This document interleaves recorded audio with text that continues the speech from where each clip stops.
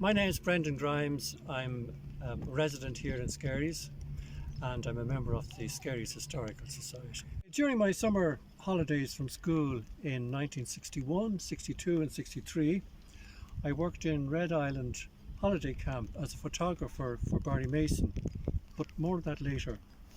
First, let's have a look at some postcards of Red Island. The first is a view from the South Strand. It must have been taken around the turn of the 20th century. The Martello Tower is the only building on the island. Nobody swimming. However, note the bathing boxes on the left of the photograph. Now in this next view we can see an addition to the tower and a building to the right. This was the precursor of Red Island Holiday Camp. It opened in 1922 and described by its owner Percy Clifton as the Martello Tower Ballroom and Refreshment Room. From all accounts it was a popular venue for dancing and socialising in the summer. And in the summer the dancing went on until dawn. Another view of Red Island and the Tower Ballroom from the South Strand. This is probably from the 1940s.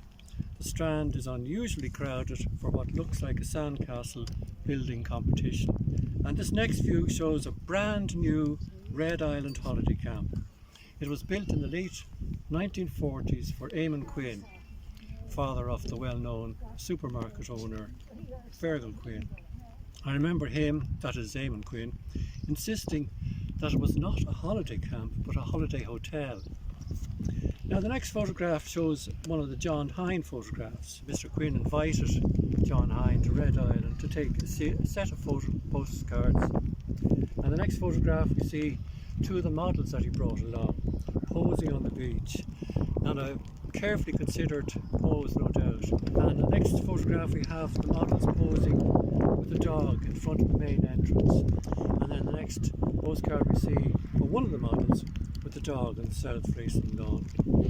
Now the next photograph is a carefully staged shot of the interior of the lounge in Red Island, and at the extreme right is Mr. Quinn looking out across the room. Now the last postcard shows me in 1962 when I was a 17-year-old boy about to lift a woman onto a rocking horse. What on earth's going on here? Well, this was all part of the fun and games that took place on the South Lawn every weekend, at which I was expected to participate so that we could take photographs and have them for sale for the guests the next day. But I thought Red Island would go on forever, but cheap holidays or the affordable flights to the continent slowly made Red Island not viable anymore. And then the troubles in the north of Ireland in the 1970s must have really put an end to it all. And this place, Red Island, all the buildings here were demolished in the 1980s.